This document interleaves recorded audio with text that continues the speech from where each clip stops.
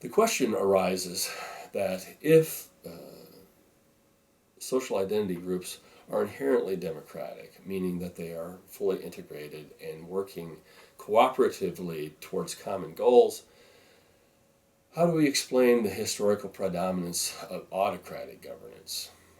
How does autocracy, autocratic authority, factor in to this representation not only of social identity groups but of complex societal systems? So, it'll be helpful then, having reviewed this progression in a three-step sequence, which were really points in time, 3 points in time, in a very long development sequence. Of course, this development sequence that we're talking about occurred over hundreds of years, or even thousands of years, but has accelerated greatly as technologies have improved. So, the previous sequence emphasized associations and linkages.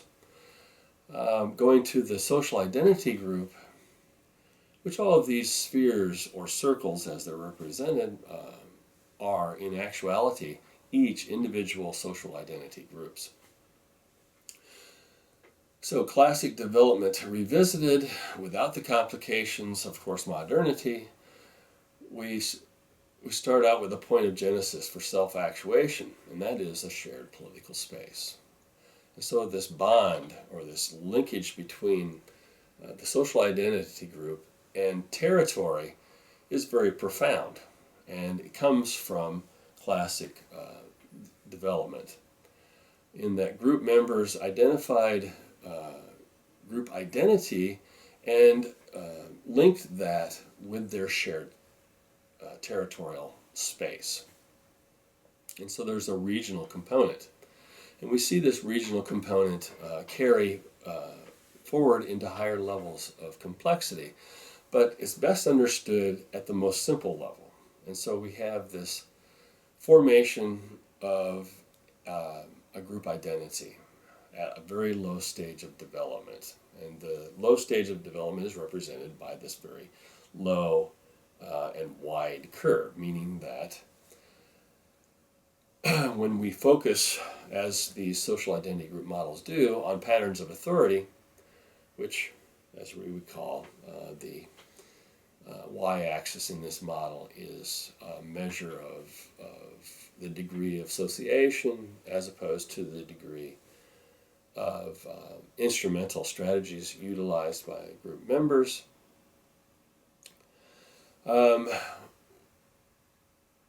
We see that in basic terms, rationality, the need of individuals to pursue their own interests and own goals, and forming organizations to better pursue those interests, those common interests and common goals. This rationality drives social structuration. It drives individuals to form associations and to form links with other individuals to facilitate collective action. On the other hand, the emotive content of experience and the pursuit of political goals or aspirations, desires,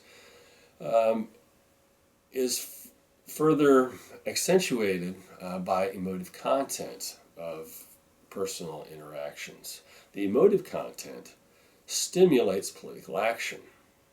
That without emotive content, as Lewis Kosser has argued, groups tend to not only stagnate, but atrophy, that they are no longer politically salient. Collective action diminishes or even becomes dormant. And so that group identity can actually be abandoned and disappear. If it's the only identity available, then the groups basically are tied. The fate of individual members is tied to the group. There's no pluralism. The group defines the individual. Individuals acting collectively define the group. So in this simple model, we have the emergence of a social identity. and a social identity group. The lower levels of societal development are characterized by a relatively high ratio of instrumental to associational strategic dispositions among groups members, meaning that instrumental strategies of interaction are more prevalent and more effective. And I'll get to this idea of the effectiveness or the political utility of instrumental action in subsequent videos, but in this one, it's in the simple structure. All we need to really point out is that there are just more people who believe that instrumental action is crucial to the attainment of their personal interest defined within group interaction. And they tend to, because they are using force, coercion, and even violence in their interactions with other group members, they're much more effective in pursuing their goals, because force is much more effective, especially when the association, the level of association, and the strength and the number and the density of individual linkages is at a very low level. You have impediments to collective action under these circumstances, and so small groups acting very forcefully will gain an immediate advantage under these circumstances. So instrumental strategies of interaction are more prevalent and more effective under these circumstances of lesser development, and so all members are more vulnerable to uses of force. And of course, as mentioned, there are grave impediments to collective action. And this is really a management problem, that the proto-state faces an enormous collective action difficulty, and so the proto-state has very diminished capacity. It has too many things that it needs to accomplish, too few levers by which to accomplish this, and so when comparing the capacity of the societal elite with the capacity of an emerging natural elite, which can organize members at a subgroup level. It forms a smaller group. Whereas the societal elite necessarily depends on cooperation to accomplish tasks, and if cooperation is muted because of difficulties of association and linkages, a smaller active subset of members can form an organization which will utilize instrumental action to pursue the members' interests. This is a subset of members. And in earlier diagrams or earlier discussion of the social identity group, this point, which is relative zero for this active group, this relative zero A, is in an instrumental capacity, meaning that they are willing to use force to pursue their own goals vis-a-vis the larger group. And so we've termed these militants. Of course, they are not the most instrumentally proficient members of the group. We still have, to the left of this active group that is forming, extremists. Well, the active group has a dual interest, not only in pursuing its goals, but also of minimizing the detrimental effects of extremist behavior. Extremists will act instrumentally for individual gain. Extremists are lower associational capacity, and so they have trouble forming organized groups.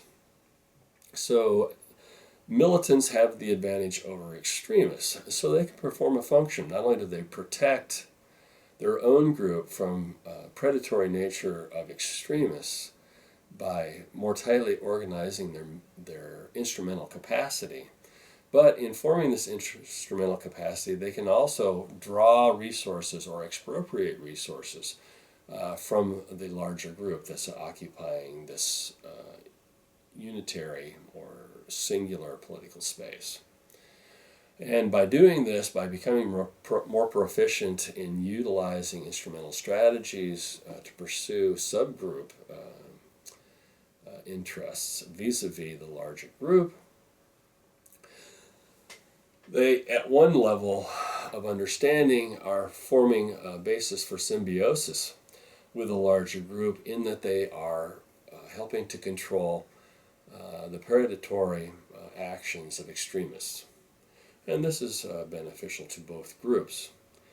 On the other hand, they justify or rationalize this instrumental action not only by aggrandizing group members, but also by performing a necessary function for the larger group in that they are allowing them space to engage in productive activities.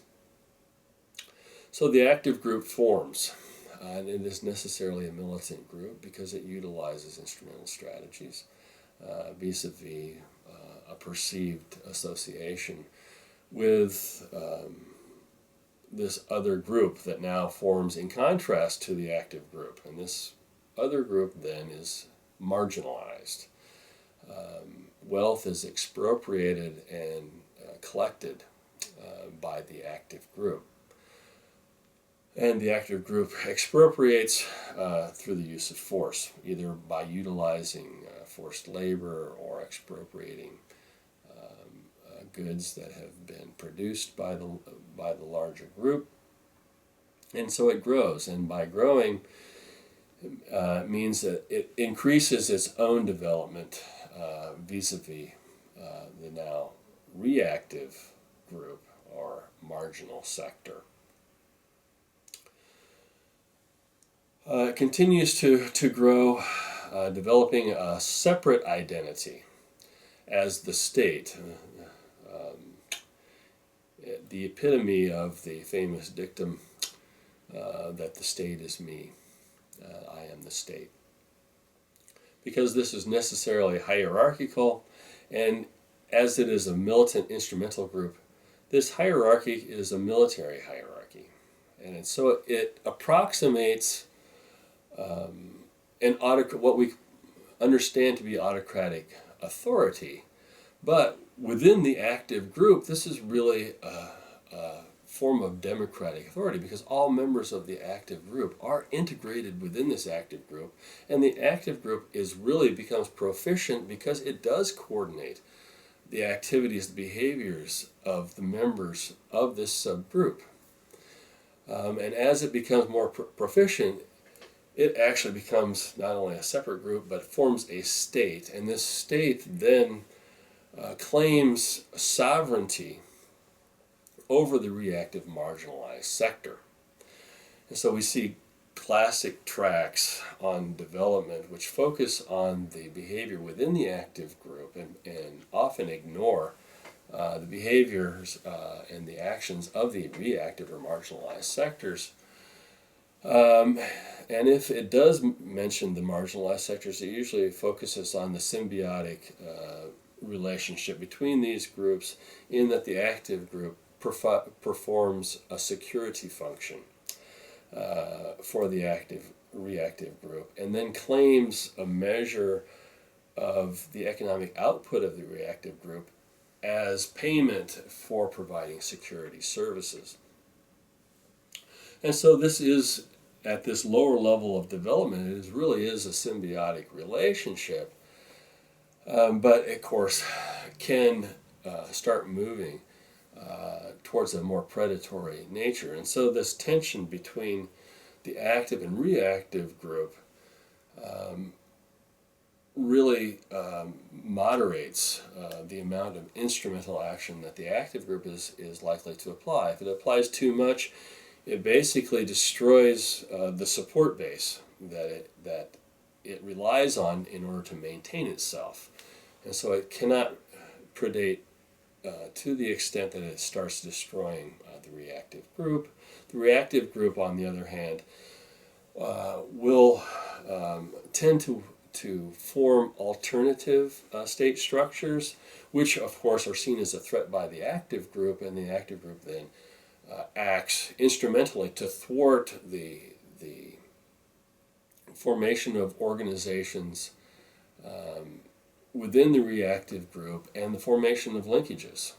And so the epitome of this relationship has been detailed as authoritarianism, whereas the active group actively works to prevent association and linkages forming within the reactive group, and it's called atomization. If you can keep all individuals completely atomized and unable to form collective action, then the active group can maintain its dominance of the reactive group with a minimal of effort.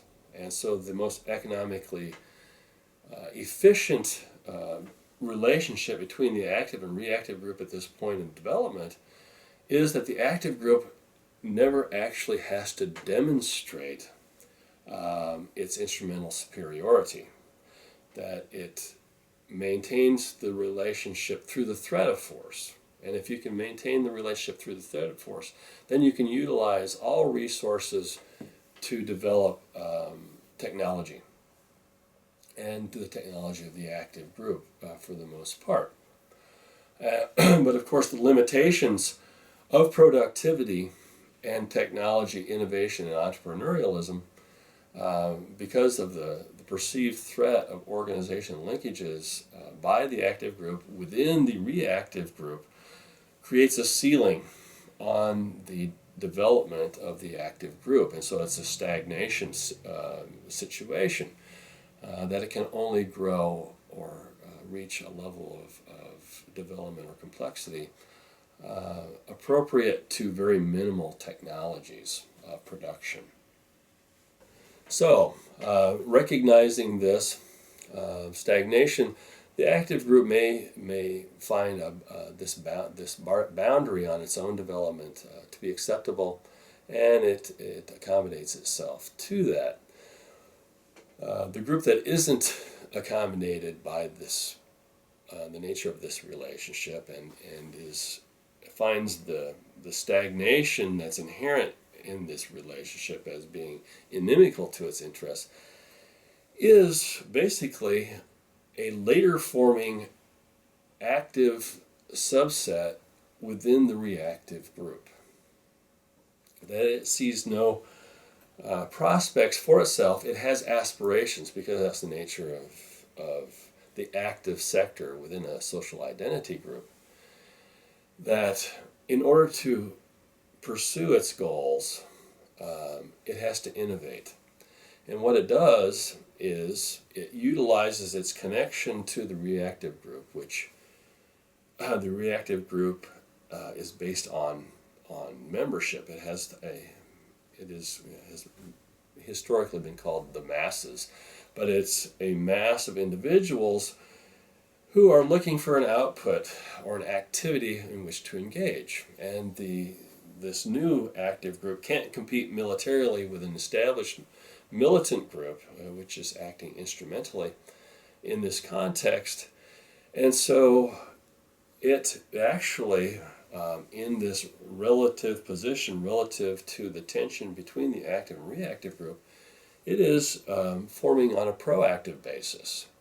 That is, acting in the interest of the subgroup, but they are engaging in entrepreneurial activities and in innovation in technologies that actually utilize available labor to create consumer goods. So this is the artisan group. The level of development has increased to the point where collective action is engaging in much more productive activities. There is more surplus available. The active group sees a symbiosis with this emerging proactive group, that the proactive group can utilize labor to create more complex productivity and better, higher quality and a higher volume of consumer goods. And this is seen as a net benefit to the active group because it provides a larger taxation or expropriation base for its own activities. And so it sees no threat in the emergence of the proactive group. It actually sees a net benefit from association with this emerging proactive group. And so it allows this to happen. It may not facilitate its emergence and its growth and its development, but it doesn't see it as a threat. Its main threat, again, is with the marginal sector, the reactive group, which sees no stake in maintaining this current relationship, this status quo. So the proactive group does tend to increase its productivity, its learning techniques of cooperation and coordination in guiding collective action in producing goods and wealth for the system. Part of this is expropriated to the active group. And the active group maintains its predominance through autocratic authority, its instrumental authority. And it continues this by, of course, seizing control of primary commodity production. Primary commodity production requires minimal inputs of labor for the most part, or unskilled labor, which can be used as forced labor. And so by seizing and maintaining control of primary product or primary commodity production, it has leverage over this larger group that it now has sovereignty or established sovereignty over. But the emerging proactive group can not only utilize primary commodities and use them to create secondary commodities, manufactured goods, or goods that require a strong labor input. And so the proactive group forms associated linkages not only with the active group but with the reactive group, mainly with the active group because it utilizes productive or primary commodities and transforms them into consumer goods.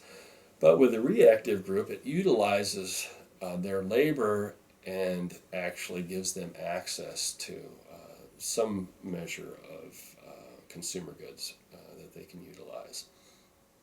And so this proactive group actually forms a buffer in the tension between the active and reactive group, and neither the active nor the reactive group sees the emergence of the proactive group as a threat. Rather, both groups sees it as beneficial to their own interests. Of course, this shifts, the emergence of the proactive group really shifts the balance, because not only are you improving technologies and making productivity greater and more sophisticated and creating a larger array of products, but it's forming linkages with a large mass of individuals that improves its leverage when negotiating with the active group.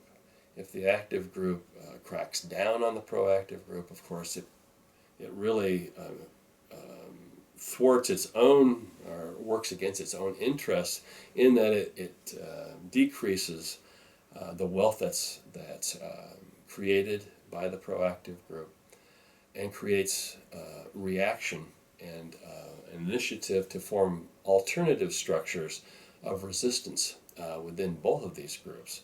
And so the active group is really, its instrumental capacity is moderated by the existence of the proactive group and its linkages with the reactive group.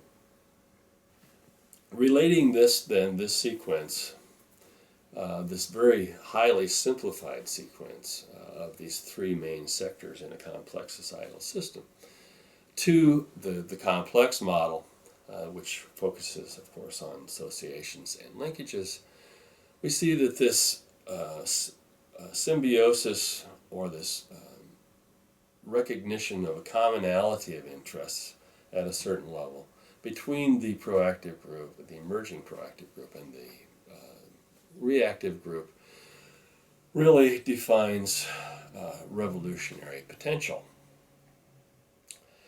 On the other side, the commonality of interest between the active group and the proactive group is really the nature of the democratization potential.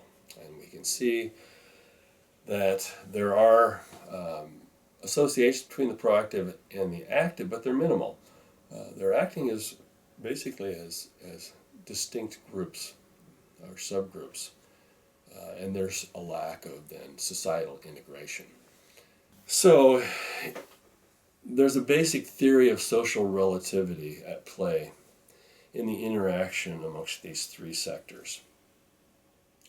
Number one, their common identity isn't well established. There's some sense of commonality in that they have regular and systematic interactions, but they haven't established a national identity. They're operating basically as three separate social identity groups. Now, the proactive group stands on its own. It could exist on its own.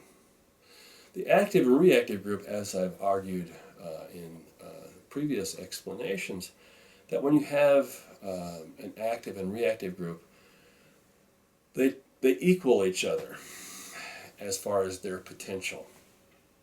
And potential in the social relativity scheme is related to a mass property, and the number of individuals that are members of this group times their instrumental capacity. And so a smaller group, in order to control a larger group, has to engage in a higher instrumental behavior or a higher instrumental capacity in order to quote-unquote balance the similar mass times instrumental capacity of the reactive group. And so they can stand as a balance. Basically, the active group, being smaller mass, has to engage in greater instrumental behavior. The reactive group, having a larger mass, will have engage in a relatively less instrumental capacity. Although, because it's a larger group, its own reactive sector will engage in a similarly high degree of instrumental capacity. That's the incentive for the active group to actually thwart the formation of militant or extremist groups in the reactive group. And so most of its instrumental action is actually focused on preventing the formation of instrumental capacity in the reactive group. It will be helpful at this point to add a brief discussion of the dynamics of instrumental strategies in the marginal sectors under autocratic rule.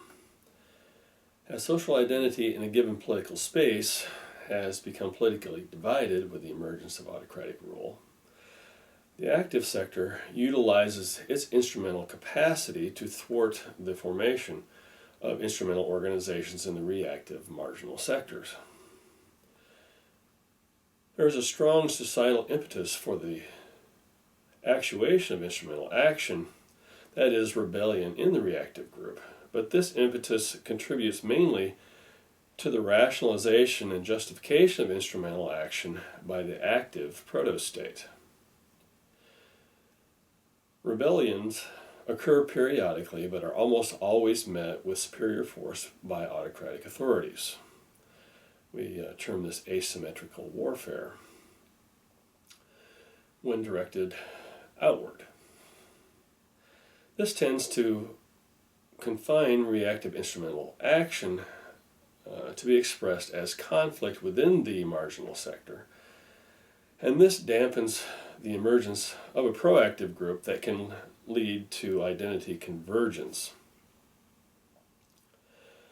Once a proactive group forms, however, despite this dampening due to the instrumental tension between the active and reactive groups, An effective bridge between the active and reactive groups occurs, and the internalization of reactive instrumental action, which we can think of as an internal rage, becomes even more pronounced and becomes almost definitive of the marginal sectors.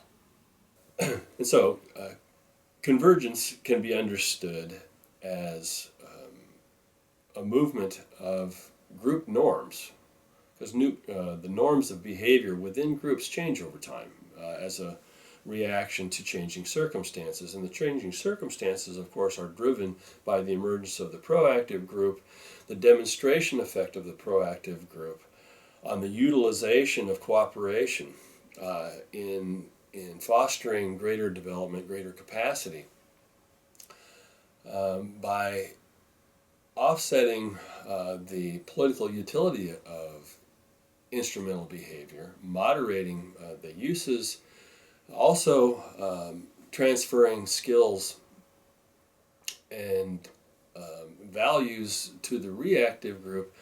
And so we see a convergence of the relative zeros, the norms of these three sectors. And of course they converge on the proactive norm, because the proactive norm is the norm that actually articulates the cooperation of the entire complex societal system. And so the convergence occurs slowly over time, but at some point it reaches a critical point where the authority, instrumental authority of the active group is transferred to the proactive authority in the proactive group. And this, of course, accelerates the convergence of group norms to the point where societal integration becomes complete. You have the formation of a very stable common identity, which we've often termed nationalism, but of course nationalism has negative connotations that have to do with the instrumental capacity of nationalism and the emotive content of nationalism. But this is just to illustrate that that societal integration moves these groups from having these separate identities to accepting a common identity, which is the proactive identification. It doesn't eliminate these groups, because these groups also have common interests of group members. The active group still has some sense of privilege, it has some sense of instrumental behavior, it has some sense of control of primary commodity production, but it's integrating its interests and now making those interests or those behaviors and those values available to the larger group. And so it becomes a subset within the larger group, but the actual guidance of the group moves from the proto-state in the active group to the proto-state in the proactive group, and this becomes the new state. So we see this transition, which is often associated with a democratic transition. But the democratic transition isn't necessarily the adoption of institutions or artifacts of democratic governance like parliaments and the vote. All those are very important in making decisions. Democratization in this sense is really the convergence of group interests, the formation of organizations and sub-organizations within this larger aggregation, the linkages amongst individuals, the minimization of instrumental behavior within this greater group structure. So, as I've argued in previous videos, that societal integration really means that groups which had formed special interests, had formed cultures around their particular common special interests, now start sharing more complex associations and interests through economies of scale. They are adopting common language, they're adopting common practices or adopting common products. And this increases the number of shared values. And so societal integration proceeds as basically a corollary and also a function of conflict management. And this convergence of group norms towards the proactive norm is as you recall from a previous discussion, is the definition of conflict management. But, of course, this has been a overly simplified representation of a development sequence in which the active group formed in response to the lower levels of development and formed autocratic authority. It took its own group interests and projected those through the use of instrumental behavior to control the behavior of, at first, a reactive group, and then extended this control to try and control the emergent behavior of a proactive group. The proactive group then used the leverage of its association with the reactive group to offset the instrumental capacity of the active group. And so we see a gravitation of administrative and authority functions from the active group to the proactive group. The active group then becomes a subset within the larger group. And so we now take this simplified version and we're going to add the complexity back in that we've ignored for a long period of time. That this development scenario based on autocracy or an autocratic relationship amongst sectors in a common political space now takes on the characteristics of a democratic structure, a proactive structure, a common structure. These groups tend to persist over time until their salience is diminished or erased due to changing circumstances because they're completely integrated within the system.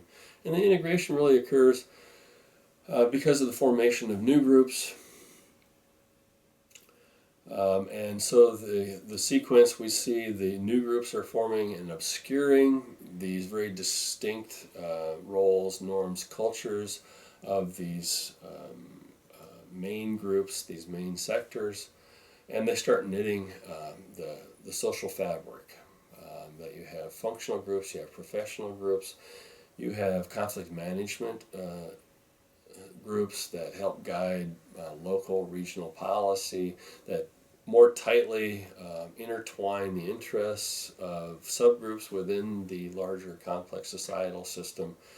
And it tries to manage these emerging interests, which of course emerge initially because they're special interests.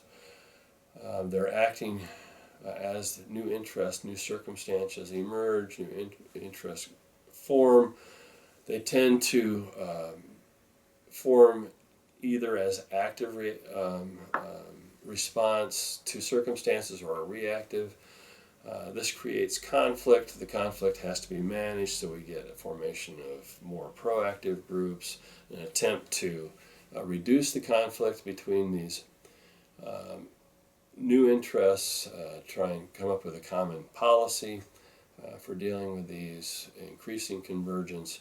And over time, we gain resilience in the group as new groups form, they establish common interests, and they find the best way to pursue those interests is through cooperation. And so everything starts to converge or tends to converge on the proactive axis. Of course, this never reaches the ideal state of harmony, and it is best that it doesn't, because this conflict tension of groups in disagreement or having disputes really creates emotive content that stimulates political action, it stimulates entrepreneurialism, it stimulates innovation, the formation of new linkages, the formation of new groups, the formation of new cooperative schemes, and this constantly occurs. And so you have thousands of groups interacting, you have new conflicts emerging, you have conflicts being managed. But each conflict situation creates basically an energy capacity. Basically opposing poles which through their interaction actually create sparks of energy, of emotive content that stimulates greater political action, which the proactive group has to manage in proactive ways. If it doesn't do this, those conflicts tend to persist over time because they are unresolved. And so these opposing groups create emotive capacity or emotive potential that can be translated into actual emotive content, can stimulate political action. And this all has to be managed within the complex societal system. If you get too many conflicts that are unresolved, they can become dormant, right? The groups reach a point of the interaction where they can't find a common solution to their conflict, and so they stop interacting because all they're doing is interacting in a conflict posture. So the conflict becomes dormant, but the conflict still exists. So the emotive content reduces, the conflict remains, and so several conflicts within a larger complex societal system can lie dormant or latent for a long period of time, and they can accumulate over time. As each emerging conflict creates an energy potential because of the nature of the interaction, as they try and work out the terms of their dispute, this creates an emotional content or a spark or a trigger that creates an upsurge in political action. But this can, if there are a large number of dormant or latent disputes, can actually re-energize these dormant and latent disputes, and we can see cascades of political action, which then becomes the basis for what we've often called a state failure, which refers to the inability of the proactive state, the proto-state, to manage these conflicts. If it fails to manage these conflicts and the conflict activity becomes too strong, it creates additional burdens and challenges to the cooperative behavior that's necessary in order to maintain the complex societal system. It draws resources from application to cooperative enterprise. It consumes resources at a much higher rate. And so this idea of cascading effects means that not only can conflicts emerge and be unresolved and create tension and create problems within the system, but they can also cascade, re-energize other latent or dormant conflicts and have conflicts energize and become complex conflict interactions. And we call this, we'll call this later in this video sequence as we start getting into problemation and looking at the dynamics of complex societal systems. We've termed this factionalization or polarization, or more accurately put, polar factionalization. And we'll discuss this in great detail in the second half of the video series.